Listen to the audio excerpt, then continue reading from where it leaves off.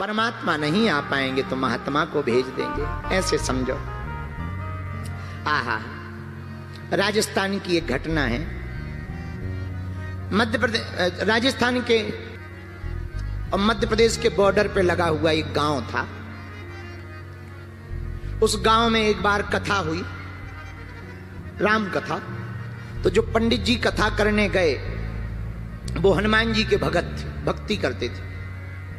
उनकी आदत थी कि वो जब भी कथा शुरू करते थे तो हाथ जोड़कर आंखें बंद करके कहते थे, आइए विराजिए हनुमान, आइए विराजिए हनुमान, आइए विराजिए हनुमान, आइए विराजिए हनुमान। और हाथ जोड़ करके चौकी रख लेते थे सामने, उसी चौकी को प्रणाम कर लेते थे और फिर कथा सुनाने लगते थे। एक दिन एक वकील साहब गए, बोले महाराज आप हर रोज चौकी की तरफ देखकर कहते हो आइए विराजिए हनुमान, तो क्या सच में हनुमान जी आते हैं? तो कथा वक्ता बोले वकील साहब अब आप चाहे जो मानो, हमारे लिए तो रोज हनुमान जी आते हैं, कथा सुनते हैं, हमें आशीर्वाद देते हैं, उन्हीं की कृपा से हम कथा कह पाते हैं, फिर हनुमान जी चले जाते हैं। वकील साहब बोले देखो ये बातें नहीं हम मानते, ये तो हो गई आशा की बात, भरोसे की बात। हम तो वकील हैं, हम तो प्रमाण चाहते हैं, प्रमाण प्रमाण बताओ हनुमान जी आते हैं या नहीं आते। अब कथा के बीच में कोई टोके तो बुरा तो लगता ही है। तो पंडित जी को बड़ा बुरा लगा, समाज के बीच में ऐसी बात बोली। तो पंडित जी चिल्लाकर बोले वकील साहब हम दावे के साथ कहते हैं हनुमान जी आते हैं। तो वकील साहब बोले अगर आते हैं तो कहां बैठते हैं? बोले चौकी पर।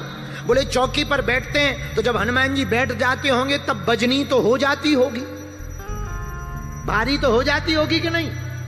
पंडित जी ने भी सोचा कौन बेइज्जती करवाए, भर समाज में बीच कथा में कोई टोके तो बुरा तो लगता ही है। तो मारे जोश के पंडित जी ने भी हनुमान जी का नाम लेके कह दिया हाँ जब हनुमान जी आते हैं तब चौकी भारी हो जाती है। तो वकील साहब बोले हम ऐसे नहीं मानेंगे, चेक करेंगे, आज नहीं कल। पंडित जी बोले कर लेना। अब वकील साहब चले गए, पूरे गांव में हल्ला हो गया कि कल पंडित जी की परीक्षा है।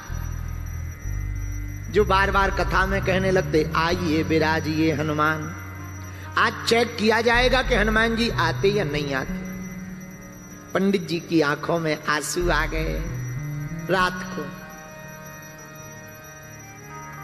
आंखों में आंसू भर करके पंडित जी रोने लगे।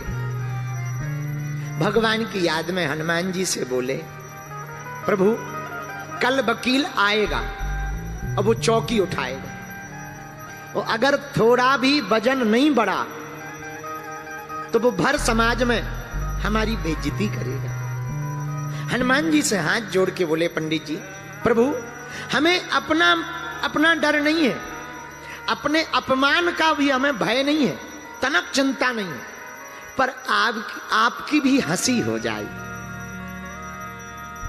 अब जैसा आपको लगे, हो सके तो कल हमारी लाज रख लेना। आंखों में आंसू भर के पंडित जी पूरी रात सोए नहीं, आंखों में आंसू भरे रोने लगे। रखियो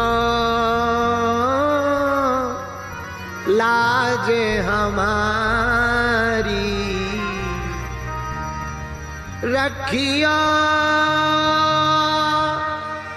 लाज हमारी, रखियो लाज। आंखों में आंसू भरे रो रहे हैं। पूरी रात निकल गई, आंखें लाल हो गई। सुबह हुई तो आज तो रोज के मुकाबले भयंकर भीड़ हुई, क्योंकि लोगों को तमाशा देखने में बड़ा मजा आता है।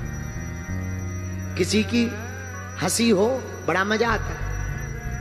छोटे छोटे बच्चे से लेके सब गांव आया, अगल बगल के गांव के लोग आ गए। सत्य घटना सुना रहे हैं हम आपको, कोई बहुत पुरानी बात नहीं, कलयुग की बात सुना रहे हैं।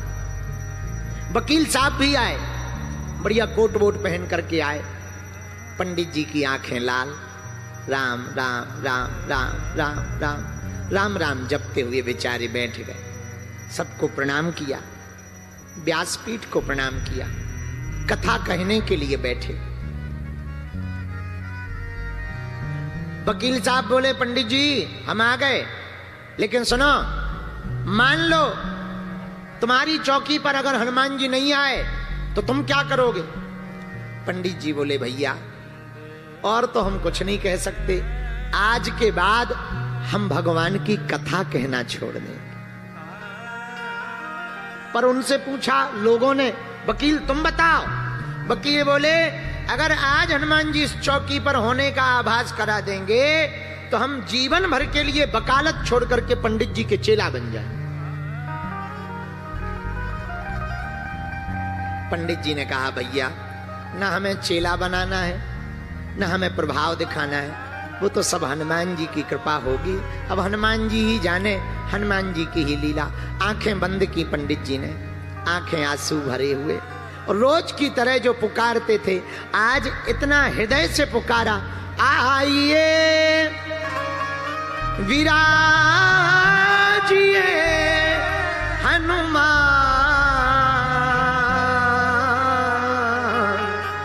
आइए विराजिए हनुमान।